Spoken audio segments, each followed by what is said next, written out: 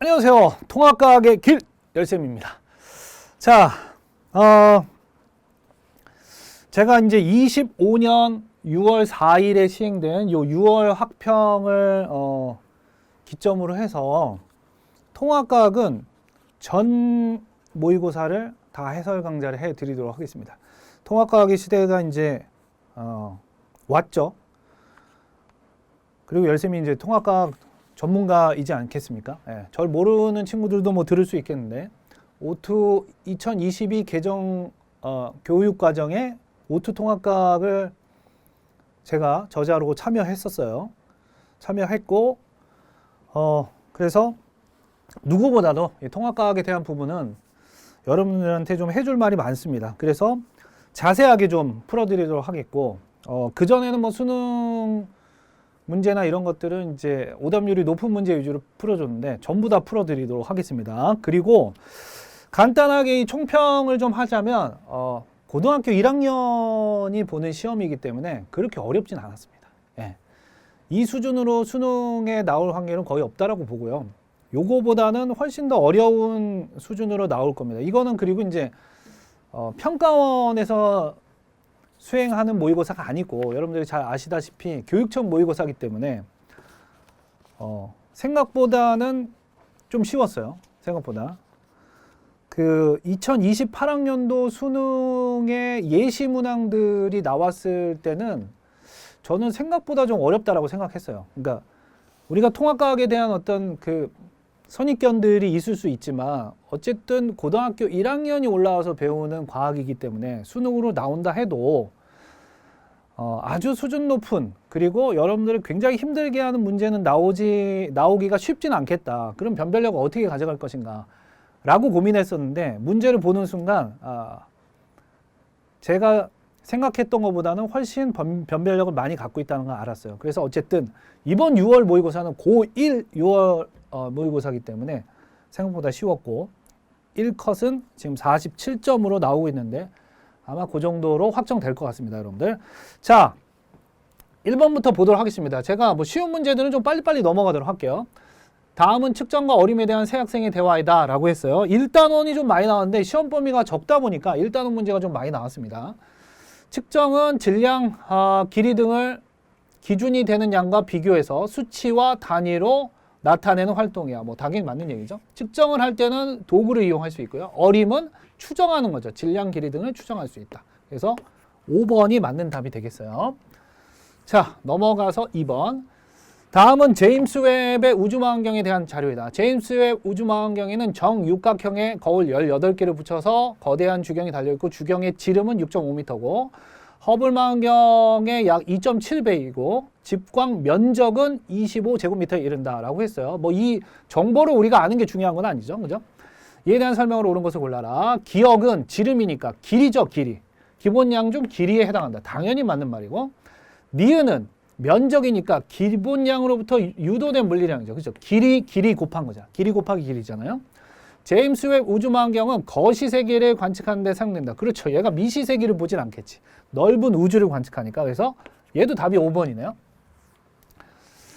자, 좋습니다. 넘어가서 3번. 다음은 길이를 측정하는 다양한 사례를 나타내는 것이다. 지구에서 레이저로 빛을 쏘아서 빛이 달의 표면에서 반사되어서 되돌아오는 데 걸리는 시간을 이용하면 지구에서 달까지의 거리 약 38만 킬로미터 정도 되는데 이거를 정확하게 측정할 수가 있습니다. 이때 중요한 거는 빛의 속도를 정밀하게 측정하는 그 장치가 있어야 돼요. 빛의 속도를 알면 시간만 잘 측정하면 시간하고 빛의 속도가 아니라 시간 정정할게요. 빛의 속도는 나와 있으니까 시간을 아주 정밀하게 왕복하는 시간을 정밀하게 측정할 수 있는 시계가 있다면 굉장히 정확하게 거리를 측정할 수 있습니다. 원자 힘 현미경을 이용해서 흑연 표면에 있는 탄소 원자의 크기를 측정하고 미시세계를 보는 거죠. 위성 위치 확인 시스템 GPS는 여러 개의 위성에서 오는 신호의 시간 차이를 이용해서 수십 개의 위치를 파악해서 이동거리를 측정한다. 보통 3개 이상의 위성이 함께 작용한다. 자, 이에 대한 설명으로 보기에서 있는 것을 옳은 대로 고른 거. 자, 가는 빛의 속력을 이용하는 거 맞죠? 그러니까 거리를 나타낼 때는 속력 곱하기 시간이잖아요. 네, S는 VT. 그래서 빛의 속력은 알고 있으니까 왕복 시간만 알면 됩니다. 그 다음에 니은, 가에서가 나에서보다 작은 규모의 길이를 측정한다. 지구와 달 사이의 거리가 원자보다 더 작은 규모는 아니겠죠. 다에서 이동거리의 정밀한 측정을 위해서는 정확한 시간 측정이 필요합니다. 그렇죠? 그래서 정확한 시간이 없다면, 측정할 수 없다면 오차는 훨씬 크겠지. 그래서 답은 3번이 되겠어요. 네. 자, 넘어가서 4번 문제. 그림 가나다는 자연에서 일어나는 현상을 나타낸 것이다. 낮 동안의 태양의 변화, 사람의 심장박동, 세슘 원자에서 나오는 빛의 진동. 이게 지금 우리가 사용하는 시간의 기준이 되고 있죠. 그죠? 자, 이에 대한 설명으로 옳은 것을 모두 골라라. 해시계는 가를 이용한 것이다. 그렇죠. 태양을 보면서 지금이 몇 시쯤 됐구나, 몇 시쯤 됐구나 이런 식으로 알 수 있는 거죠. 자, 니은 현재 국제 공통의 시간 표준은 사람의 심장박동이겠어요? 설마? 예? 심장박동이 사람마다 다르잖아. 어떤 사람은 좀 빨리 뛸 수도 있고 느리게 뛸 수도 있고 이걸 가지고 잴 수는 없겠죠. 가를 이용한 시간 측정이 달을 이용한 시간 측정보다 정확할 리가 없죠. 태양이 뜨는 시간보다는 세슘 원자의 진동수가 훨씬 더 정확합니다, 여러분들. 그래서 1번이 답이 되겠어요.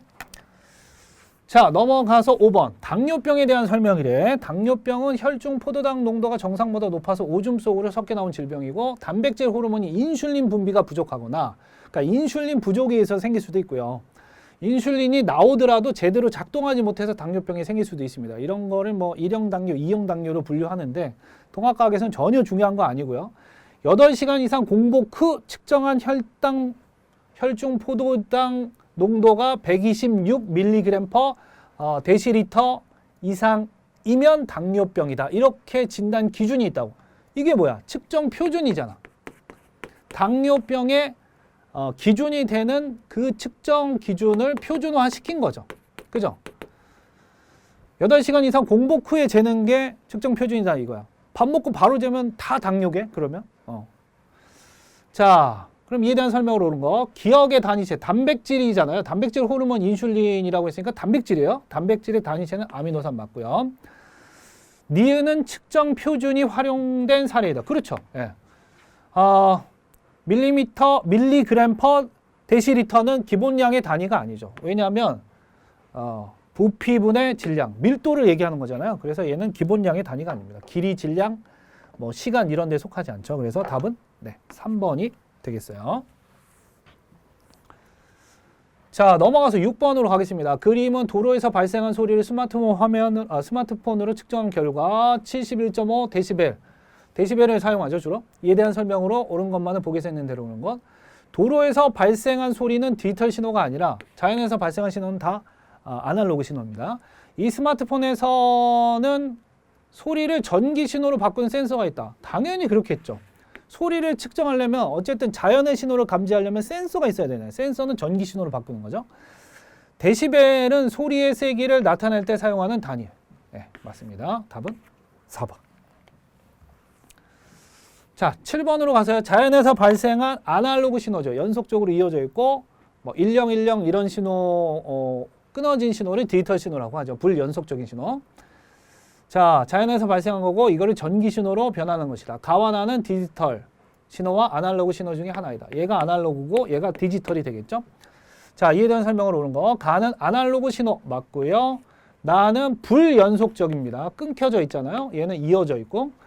나가 가보다 전송 과정에서 손상될 확률이 적죠. 얘는 1, 0, 1, 1 뭐 이런 신호로 보내는데 이게 손상되기는 어렵겠지. 얘네는 연속된 신호기 때문에 굉장히 정보량도 많고 손상되기도 쉽다. 그래서 1번이 답이죠. 그래서 디지털화를 하는 거지. 자, 이제 2단원으로 넘어왔습니다. 빅뱅 우주론이 나왔네요. 자, 그림은 빅뱅 이후 초기 우주의 모습을 나타내는 것이다. A는 쿼크가 결합한 시기.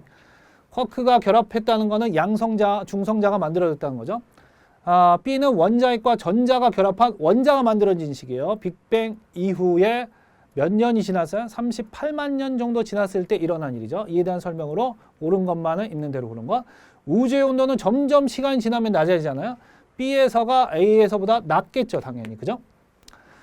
자, 니은 A에서 양성자, 중성자가 A에 존재하는 거죠. 헬륨 원자핵은 없습니다. 여기는 수소 원자핵은 있겠지. 왜냐하면 수소 원자핵이 곧 양성자니까. 쿼크가 만나면 양성자나 중성자가 되잖아요. 그럼 D급만 답이 되겠죠. B에서 수소 원자와 헬륨 원자, 원자가 만들어지는 거죠. 원자핵과 전자가 결합했다라고 했으니까. 그래서 답은 2번이 되겠어요. 자, 9번. 스펙트럼의 종류에 대한 자료와 이에 대한 새 학생의 대화이다. 기억은 방출 스펙트럼, 니은은 흡수 스펙트럼. 흑백 시험지를 여러분들이 봤기 때문에 컬러로 나오지 않죠. 그래서 당연히 까만 배경에 하얀 줄이 그어져 있으면 넘겨서 볼게요. 넘겨서 얘가 흡수 스펙트럼이고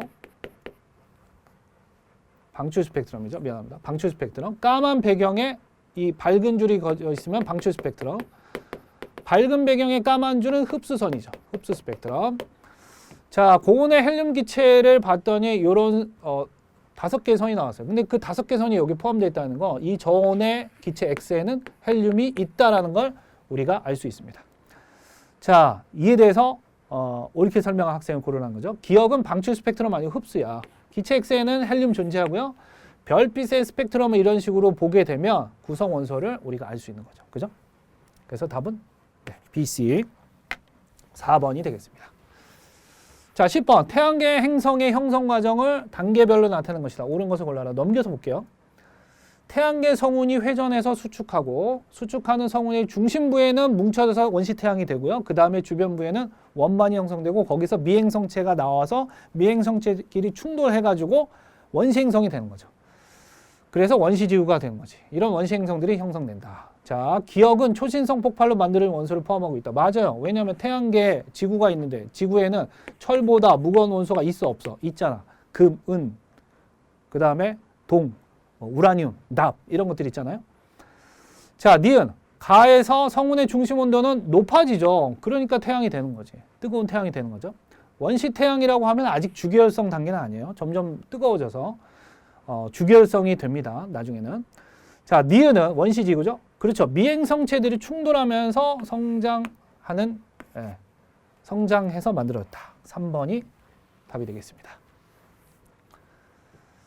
자, 11번. 그림 가는 중심부의 수소 핵융합 반응이 일어나고 있는 태양의 내부 구조를 나는 수소 원자와 원자 AB의 첫 번째 껍질과 두 번째 껍질, 전자 껍질에 들어있는 전자수를 나타내는 것이다. 이게 약간 어렵게 느껴졌을 수는 있어요. 수소 핵융합 반응이 일어나고 있는 태양의 내부 구조래. 가는 주계열성이죠. 주계열성. 태양이니까. 그 다음에 수소 원자와 원자 AB 첫 번째 껍질과 두 번째 껍질의 전자수를 얘기했어. 수소는 어차피 하나니까. 얘는 첫 번째 껍질에 2개 있대. A가 헬륨이거나. B는 첫 번째 껍질에 2개 들어있고 두 번째 껍질에 2개 들어있어. 그럼 원자번호 4번이잖아요. 그죠? 이 정도. 원자번호 4번이 뭔지는 알아야지. 베릴륨이 되겠죠. 베릴륨. 좋습니다. AB는 임의 원소 기호이고 전자는 원자에게 가까운 전자 껍질부터 차례로 배치된다. 이렇게 써줬어요. 친절하게. 자, 그러면 가의 중심부에서는 A의 원자핵. 그렇죠. 수소 원자핵이 생성되고 있어요. 수소 핵융합 반응이 일어나니까 태양은. A와 B는 같은 족 원소이다. 아니죠. 얘는 첫 번째 껍질만 있고 얘는 두 번째 껍질만 있으니까 두 번째 같은 족. 같은 족도 아니죠. 헬륨은 18족이고 베릴륨은 2족이잖아요. 그래서 틀렸죠. 가의 중심부에서 핵융합반으로 만들어질 수 있는 가장 무거운 원소는 철 만들 수 없죠. 태양은 탄소까지. 잘하면 산소까지도 되겠지만 철은 절대로 될 수가 없다. 1번이 답이 되겠습니다. 자, 드디어 이제 주기율표 나왔다. 주기율표. 이런 문제는 정말 자주 나오는 단골 손님이죠. 2주기부터 시작이에요. 그러면 여기가 수소부터 시작하면 안 됩니다. 리튬이죠. 2주기 16조 원소. 모르면 그냥 여러분들 세가면서 하면 돼. 원자번호 3번, 4번, 5번, 6번, 7번 이런 식으로 해서. 얘는 그냥 산소예요. 5가 산소입니다. 기호가 같은 걸로 써놨어. 얘는 염소죠. 자, 이에 대한 설명으로 옳은 것을 골라라. X와 Y는 임의의 원소 기호이다. X와 O는 2대 1의 개수비로 결합한다. 그렇죠. 리튬 2개, 산소 하나. 왜? 얘가 1 플러스 2 마이너스 이온 결합해야 되니까. 그죠? 2대 1로 결합하겠고요. 자, Y2는, Cl2는, 그렇죠. 이원자, 할로젠은 이원자 분자이고 특유의 색을 나타내죠. 황록색이죠. 자, 산소는 지각과 생명체를 이루는 주요 원소이다. 맞잖아. 지각의 주요 원소 뭐야? OCR패.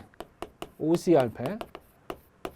생명체 주요 원소 OCHN. 그죠? 네, 주요 원소 맞습니다. 그래서 답은 5번이 되겠습니다. 네, 5번이에요. 제가 체크 안 했어도. 자, 요 문제 좀 좋았죠? 다음은 원소 X에 대한 자료이다. X는 3주기 원소래. 3주기 원소. 근데 3주기 원소 이렇게 했으면 나트륨부터 시작하잖아요. 여러분들 이런 문제 대부분 보면은 어떤 화학 반응이 일어난 거 우리가 이제 대부분 1쪽, 17쪽 배웠잖아요. 그러면 1쪽, 17쪽 그리고 18쪽 배웠단 말이야.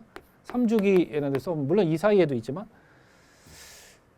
얘네들 중에 있을 확률이 굉장히 높습니다. 예. 이렇게 썼을 때. 왜냐하면 여기 딱 보니까 물과 격렬히 반응한다 이렇게 돼 있거든. 근데 물과 격렬히 반응하잖아요. 그러면 이거겠지 뭐. 할로젠이겠지 뭐. X는 3주기 원소이다. 그럼 나트륨인지 아닌지만 볼게. 고체 X는 물과 격렬히 반응한다. 여기까지만 봐도 나트륨인 게 거의 확실한데. 고체 XCl, NaCl이라고 해보면 정전기적 인력으로 X 플러스 1 플러스짜리잖아. 1쪽 원소라는 거죠. 그럼 맞네, 나트륨. 나트륨의 원자 모형이 무엇이냐 이거죠. 11개짜리 2번이죠. 네. 11번이니까. 그래서 답은 2번이 되겠습니다. 좋아요. 그래도 뭐 어렵지는 않았습니다. 자, 14번. 요 문제 저는 좋았던 것 같아요. 다음은 물질 A와 B의 전기 전도성을 알아보기 위한 실험이다. 설탕과 염화나트륨 중에 하나래.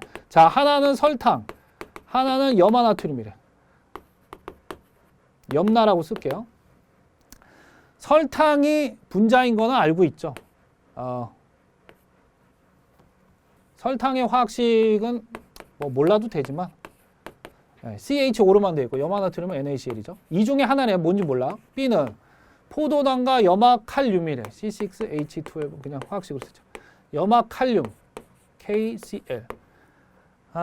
염화칼슘이 아니라 염화칼륨이야. 어쨌든 얘네 둘은 이온결합 물질이에요. 왜? 금속이 있잖아. 금속과 비금속의 만남이잖아. 그죠?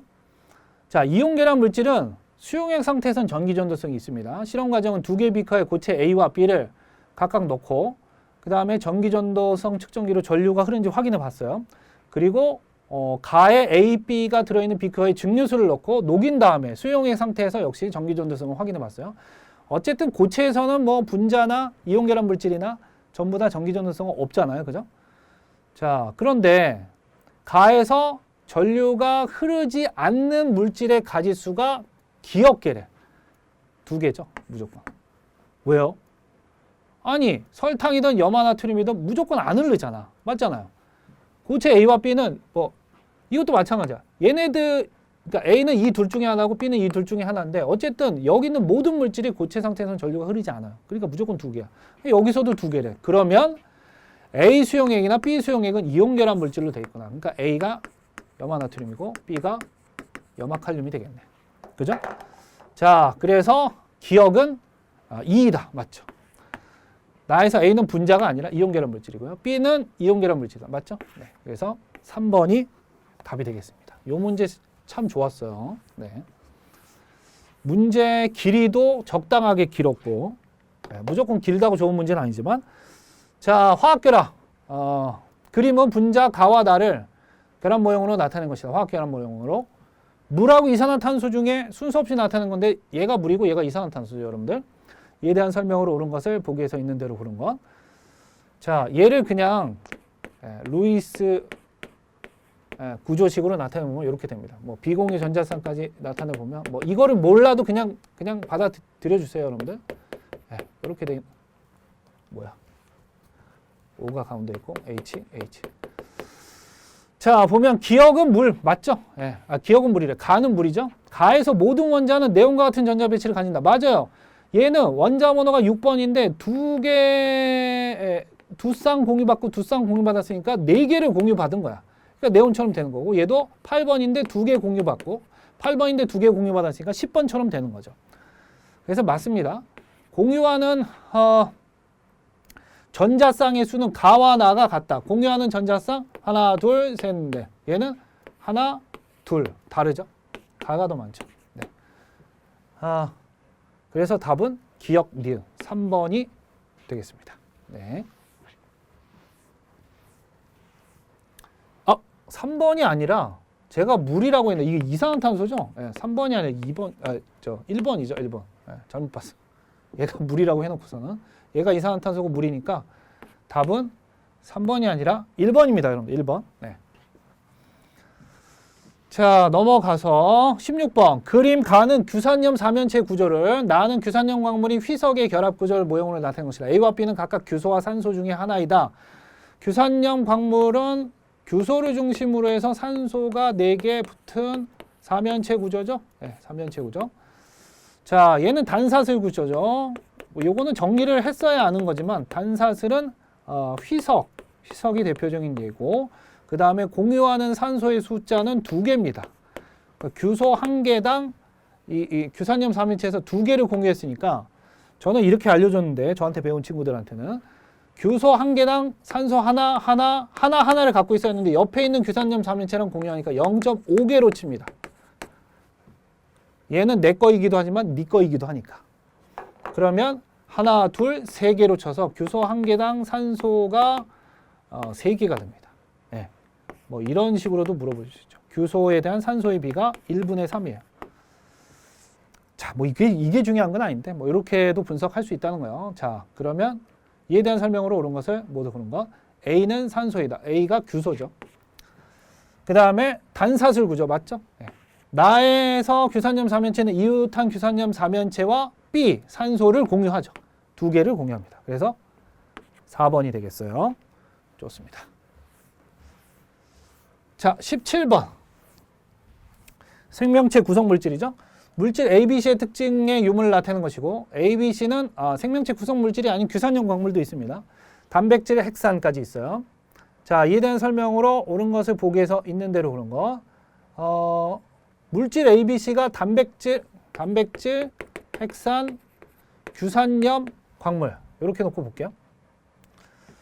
자, 유전 정보를 저장한다의 동그라미가 돼 있어요. 이건 핵산이죠. 저장하거나 전달한다. 그 다음에 생명체를 구성하는 물질이 아니다의 동그라미 쳐져 있으니까 얘가 규산염 광물이네. 그러면 얘가 단백질이 되겠죠. 네. 그 다음에 다 동그라미네. 여기는 생명체를 구성하는 물질, 여긴 동그라미가 되겠죠. 기억은 그래서 동그라미고요. 원자가 전자수가 4인 원소는 탄소도 있고 규소도 있죠. 탄소나 규소가 있는 것은 가에 해당하죠. 그렇죠. 핵산은 탄소화물, 단백질도 탄소화물, 규산염 광물은 규소가 있으니까 규소화물이니까. 그죠? B는 지각을 구성하는 주요 물질이다. 단백질은 지각을 구성하지 않습니다. 사람을 구성하지. 그래서 2번이 답이 되겠어요. 자, 18번. 자, 요 문제도 좀 여러분들이 어려워했던 것 같습니다. 예. 상당히 저는 좋은 문제라고 보고요. 생명과학에서 이런 수준의 문제는 얼마든지 나올 수 있습니다. DNA를 구성하는 염기서열 사이의 결합 규칙성. 상보적인 단일 가닥 1, 2가 되어 있는 DNA X예요. X는 2가닥짜리입니다. 7쌍의 염기래. 즉 14개의 염기고 아데닌은 3개 존재한다. 그러면 타이민 몇 개 있어요? 3개 있겠지. 그럼 14개 중에 아데닌과 타이민이 6개 있으니까 6개를 빼면 8개인가요? 그러면 구아닌과 사이토신은 각각 4개씩 있어야 됩니다. 자, 근데 기억과 니은이 뭔지 모르겠는데 사이토신 아니면 타이민이래. 사이토신이나 타이민 중에 하나인데 뭔지 모르겠어요. 순서 없이 나타내는 것이다 라고 했어. 자, 일단 아는 것부터 얘기해보면 그 다음에 표를 이용해서 원의 염기 배열을 숫자 1, 2, 3로 나타내면 아데닌 자, 원이에요. 이거는 2가닥 전체를 한 거고 원에 보면 아데닌은 하나 있고 구아닌은 2개 있고 원가닥에 기억은 3개 있고 니은은 4개 있대. 자, 마주보는 염기는 숫자의 합인 이게 4개 있다라기보다는 숫자 1, 2, 3, 4로 나타낸다는 거죠. 4개라는 뜻이 아닙니다. 4개, 3개, 2개, 하나라는 뜻이 아니라 정확하게는 1, 2, 3, 4번으로 나타낸다는 거고 마주보는 염기의 숫자의 합이 A인 경우에만 결합한다. 아니 아데닌은 타이민하고 결합하고 구아닌은 사이토신하고 결합할 텐데 얘는 그러면 얘나 얘 중에 결합하고 얘는 그러면 얘랑 얘 중에 결합하는데 A인 경우에만 결합한대. 그 말은 무슨 말이냐면 얘랑 4랑 결합해야 돼. 왜요? 그래야 5가 나오고 얘랑 3이랑 결합해야 5가 나오지. 5라는 숫자가 나올 때만 결합하는 거야. 만약에 얘랑 결합하면 4가 나오고 이렇게 하면 6이 나오잖아. 그럼 다르잖아, 숫자가. 그죠? 그럼 뭐야? 기억이 뭐가 되는 거야? 아데닌하고 니은이 결합한다고 했으니까 니은이 타이민이고 기억이 사이토신이에요. 그죠? 자, 그래서 숫자 배열이 2, 1, 3, 4, 2, 1, 3, 4, 3, 2, 1, 2. 2, 1, 3, 4, 3, 1, 1이래. 원에. 그러니까 구아닌이 2잖아. 2, 1, 3, 4, 3, 1, 2야. 그러면 기억이 사이토신이야. 사이토신, 타이민, 사이토신. 그죠? 그러면 여기 연결되는 게 사이토신, 타이민, 구아닌, 아데닌, 구아닌, 타이민, 사이토신. 그럼 숫자 맞는지 볼까? 아데닌 3개. 하나, 둘, 3개. 타이민 3개. 하나, 둘, 3개. 구아닌, 사이토신 4개. 구아닌부터 해볼까요? 하나, 둘, 셋, 넷. 사이토신 하나, 둘, 셋, 넷. 됐죠? 이렇게 하면 딱 맞아요. 자, 니은은 사이토신이다. 타이민이에요. A는 5 맞죠? 결합한 숫자가 5잖아. 1, 4, 2, 3. 그죠? X에서 기억의 개수. 기억이 뭐야? 사이토신이죠. 사이토신은 4개입니다. 네, 맞네. 4개. 그래서 니은 디귿 4번인가요? 이 문제 참 좋았죠. 그죠? 개인적으로 꽤 마음에 드는 문제였어요. 자, 그 다음에 19번. 네, 물질의 전기 전도성. 전기적 성질. 자, 반도체가 나온 거죠. 태양 전지는 반도체고요. 피복은 전기 안 흐르게 하니까 얘가 부도체가 되고, 그 다음에 전기가 잘 흐르는 구리도서는 도체가 됩니다. 그죠? 자, 이에 대한 설명을 옳은 것을 골라라. 기억은 반도체. 니은은 도체니까 기억보다 전기 저항이 작아야 되죠. 전기 저항이 작은 게 전류가 잘 흐르는 거지. 자유전자가 더 많은 거고요. 디귿은 부도체는 도체보다 자유전자가 적습니다. 네, 그래서 1번이죠. 뭐 이거 어렵지 않게 풀 수 있습니다. 자, 20번으로 가서요. 사람의 몸속에 있는 단백질 X의 구조래. 이에 대한 설명으로 옳은 것을 보기에서 있는 대로 옳은 것. 아미노산과 아미노산 결합한 단백질이죠. 자, X에는 당연히 이제 단백질은 펩타이드 결합을 하죠. 뉴클레오타이드는 핵산에 있는 거지 단백질에 있는 게 아니라 얘는 아미노산입니다. X는 단위체의 종류와 배열 순서에 따라서 입체 구조가 결정됩니다. 맞죠? 이거 굉장히 중요한 말이죠, 여러분들. 왜냐하면 뉴클레오타이드, 그러니까 핵산의 경우는 단위체가 달라진다고 해서 구조가 바뀌진 않아요. DNA는 무조건 이중나선 구조고 RNA는 단일 가작 구조인데 단백질은 수없이 많은 구조를 갖고 있어. 아미노산의 종류와 개수, 배열, 순서 이런 것들에 따라서 크게 달라진다. 기억해 주시고요. 자, 가는 규소래, 규소.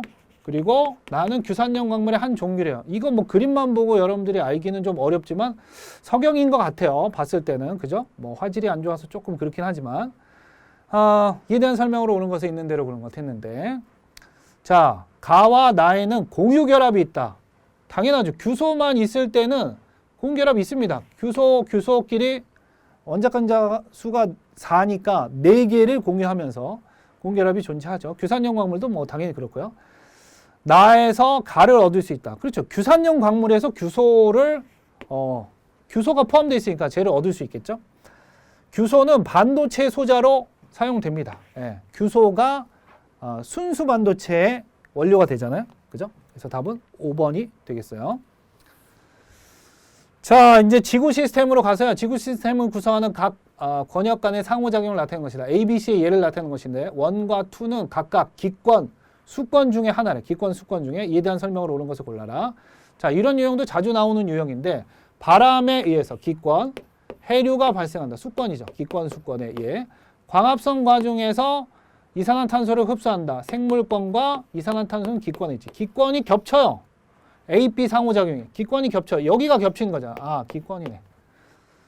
그러면 얘가 기권이니까 A는 기권, 수권의 상호작용이니까 여기가 수권이 되겠죠. 그래서 1은 기권 아니고 2가 기권입니다. 기억의 광합성은 2의 기권의 탄소량을 감소시키는 원인이다. 그렇죠. 이산화탄소를 흡수하니까. 예. 지진에 의해서 해일이 발생한다. 지진은 직권에서, 해일은 수권에서 발생하죠. 그러면 가해의 수권과 직권의 상호작용. 맞죠? 네. 그래서 4번이 답이 되겠습니다.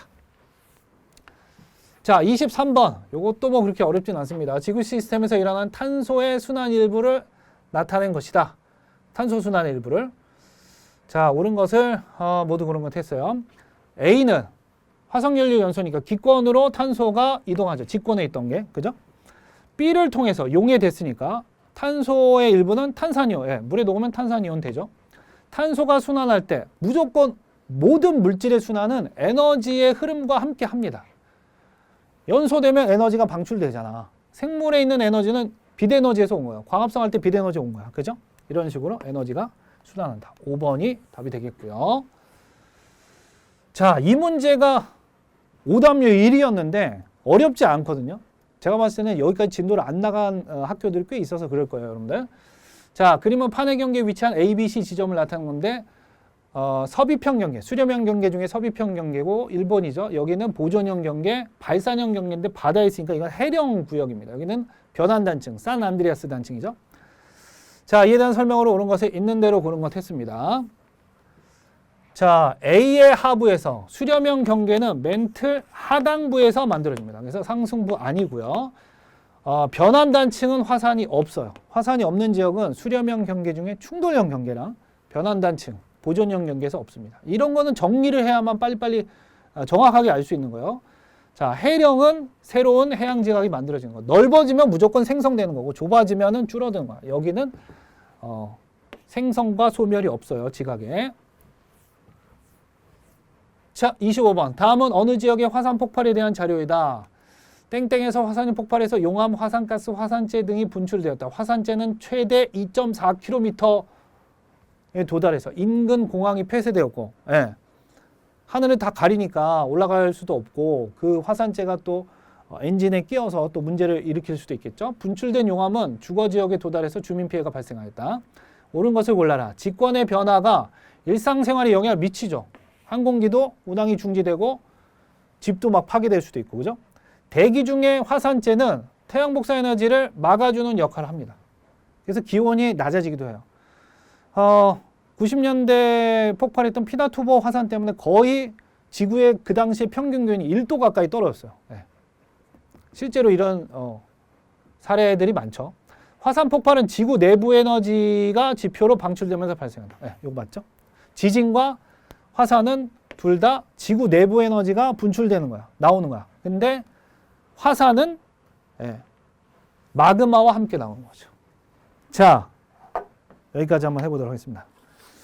9월 모의고사 그리고 11월 모의고사에서 만나 뵙도록 하겠습니다. 여러분들 너무 고생 많으셨고요.